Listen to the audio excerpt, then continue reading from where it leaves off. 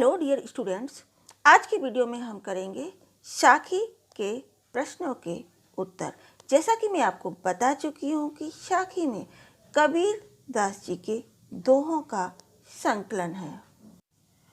तो कुछ प्रश्नों के उत्तर हमने कर लिए थे, आज हम करेंगे उसके आगे से। बच्चों, मेरे वीडियोज द्वारा या फिर मेरे चैनल के द्वारा यदि आपकी थोड़ी सी भी हेल्प हो रही है, मेरा पढ़ाना आपको पसंद आ रहा है, तो प्लीज़ वीडियो को लाइक कर दिया कीजिए, दोस्तों के साथ शेयर कर दिया कीजिए। और यदि अभी तक चैनल को सब्सक्राइब नहीं किया है तो प्लीज़ सब्सक्राइब कर लीजिए। तो बच्चों, प्रश्न संख्या 5 तक हमने कर लिया था। आज हम करेंगे प्रश्न संख्या 6। एकै असिर पीप का पढ़े सुपंडित होई। इस पंक्ति द्वारा कवि क्या कहना चाहता है? इस पंक्ति द्वारा कवि ने प्रेम की महत्ता को बताया है। ईश्वर को पाने के लिए एक अक्षर प्रेम का अर्थात ईश्वर को पढ़ लेना ही पर्याप्त है। उनका मानना है कि बड़े बड़े पोथे या ग्रंथ पढ़कर कोई पंडित नहीं बन जाता, केवल परमात्मा का नाम स्मरण करने से ही सच्चा ज्ञानी बना जा सकता है। प्रश्न नंबर 7, कबीर की उद्धृत साखियों की भाषा की विशेषता स्पष्ट कीजिए। भाषा शैली, इस तरह के प्रश्न भी परीक्षा में आते हैं और ये लॉन्ग क्वेश्चन होते हैं जिनके आपको मिलते हैं 5 नंबर, और इसलिए आपको इन्हें डिटेल में लिखना होता है। कबीर की भाषा में शतुक्कड़ी प्रभाव दिखाई देता है।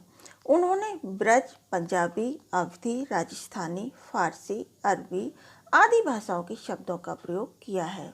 उन्होंने संस्कृत तत्वों तथा देशी शब्दों के अद्भुत मेल, जैसे शीतल का शीतल, वियोगी का वियोगी आदि को प्रस्तुत किया है। उनकी साखियों में मुक्तक शैली का प्रयोग हुआ है। उन्होंने समाज में चेतना जागृत करने के लिए जन सामान्य में बोली जाने वाली भाषा का ही प्रयोग किया है। इसके साथ ही अनुप्रास एवं रूपक अलंकारों का स्वाभाविक प्रयोग किया है, और इसीलिए डॉक्टर हजारी प्रसाद द्विवेदी के अनुसार उन्हें भाषा का डिक्टेटर कहा जाता है। उनके अनुसार कबीर ने अपनी बात को जिस रूप में प्रकट करना चाहा, उसे उसी रूप में भाषा से कहलवा दिया। अब करेंगे प्रश्न संख्या ख। निम्नलिखित का भाव स्पष्ट कीजिए। तो सबसे पहला भाव है, बिरह भुहंगम तन बसै, मंत्र न लागे कोई। इस पंक्ति का भाव यह है कि जिस व्यक्ति के हृदय में ईश्वर के प्रति प्रेम रूपी विरह का सर्प बस जाता है, उस पर कोई मंत्र असर नहीं करता, अर्थात भगवान के विरह में कोई भी जीव सामान्य नहीं रहता है, उस पर किसी बात का कोई असर नहीं होता है। भाव नंबर 2, कस्तूरी कुंडली बसै, मृग ढूंढे बन माही।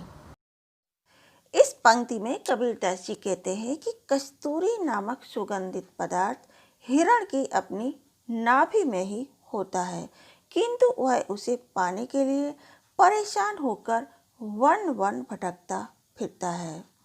उसी प्रकार से ईश्वर भी सभी प्राणियों के हृदय में निवास करते हैं, किंतु लोग अज्ञानतावश उन्हें इधर उधर ढूंढते रहते हैं। आशय नंबर 3, जब मैं था तब हरि नहीं, अब हरि है मैं नहीं। इस पंक्ति द्वारा कबीर का कहना है कि जिस समय मेरे अंदर मैं अर्थात अहंकार भरा हुआ था, उस समय मुझे ईश्वर नहीं मिल पा रहे थे। अब मुझे ईश्वर के दर्शन हो गए हैं, क्योंकि मेरे भीतर का अहंकार समाप्त हो गया है। आशय नंबर 4, पोथी पढ़ पढ़ जग मुवा, पंडित भया न कोई। कबीरदास जी कहते हैं कि इस संसार में लोग धार्मिक पुस्तकें पढ़ पढ़ कर मर गए, किंतु कोई भी ज्ञानी नहीं बन सका, अर्थात ईश्वर की प्राप्ति नहीं कर पाया।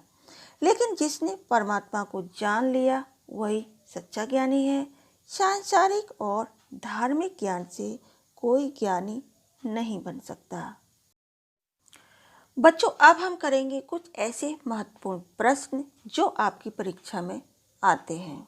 पिछले गत वर्षों में ये प्रश्न आ चुके हैं और इसीलिए मैं चाहती हूँ कि कुछ प्रश्न मैं उनमें से आपको करवा दूँ। तो इसमें से पहला प्रश्न है, कबीर ने निंदक को पास रखने के लिए क्यों कहा? निंदक मीन्स जो निंदा करता है, बुराई करता है। कबीर ने निंदक को पास रखने के लिए इसलिए कहा है क्योंकि निंदक अपने स्वभाववश दूसरों के दोष प्रकट करता रहता है। इस प्रकार वह हमें आत्मनिरीक्षण और आत्म सुधार का अवसर देता है। इससे बिना साबुन और पानी के ही हमारा स्वभाव स्वच्छ और निर्मल बन जाता है। अगला प्रश्न, पोथी पढ़ पढ़कर भी ज्ञान प्राप्त न होने से कबीर का क्या तात्पर्य है? पोथी पढ़कर भी ज्ञान प्राप्त न होने से कबीर का तात्पर्य यह है कि केवल ग्रंथों को पढ़ लेने मात्र से कोई ज्ञानी नहीं हो जाता। ज्ञानवान होने के लिए प्रेम की परिभाषा को जानना अधिक महत्वपूर्ण है। जो व्यक्ति बिना किसी भेदभाव के मनुष्य के अस्तित्व को मानते हुए एक दूसरे से प्रेम का भाव रखता है, वही सही मायनों में ज्ञानी है। अगला प्रश्न, कबीरदास की साखियों के मुख्य उद्देश्य स्पष्ट कीजिए। इस तरह के प्रश्न भी आपकी परीक्षा में आते हैं। देख सकते हैं आप, ये प्रश्न आया है 2010 और 16 में। कबीर की साखियों के मुख्य उद्देश्य इस प्रकार है। नंबर 1, मनुष्य को ईश्वर की प्राप्ति के लिए अच्छे कार्य करने हेतु प्रेरित करना तथा सच्चे मार्ग पर चलने पर जोर देना। नंबर 2, सांसारिक सुखों और सामाजिक ढोंगों को छोड़कर अपने अहंकार को त्याग कर मधुर वचन बोलना। नंबर 3, मीठे वचन बोलकर ईश्वर भक्ति में लगे रहना। नंबर 4, अपनी निंदा को सकारात्मक अर्थ में लेते हुए स्वयं के व्यक्तित्व व स्वभाव में सुधार करना। नंबर 5, ईश्वर की प्राप्ति के लिए उन्हें अपने भीतर टटोलना अर्थात अपनी आत्मा में ईश्वर के अंश का साक्षात्कार करना। शायद ये बात मैंने आपको पिछले वीडियो में बताई है, चाहे वो दोहे रहीम के हों, कबीर के हों या बिहारी के हों। हर दोहा हमें नैतिकता का पाठ सिखाता है, हमारी संस्कृति का ज्ञान कराता है, हमें संस्कारवान बनाता है। तो बच्चों, आज की वीडियो में हमने आपकी बुक के प्रश्नों के उत्तर किए। कुछ ऐसे प्रश्न किए जो आपकी बुक के बाहर के हैं और अक्सर इसी तरह के प्रश्न आपकी परीक्षा में आते हैं। और इसके साथ ही आज का वीडियो समाप्त होता है। Thanks for watching this video. शुक्रिया। वीडियो यदि पसंद आया हो तो लाइक कर दीजिए और शेयर कर दीजिए।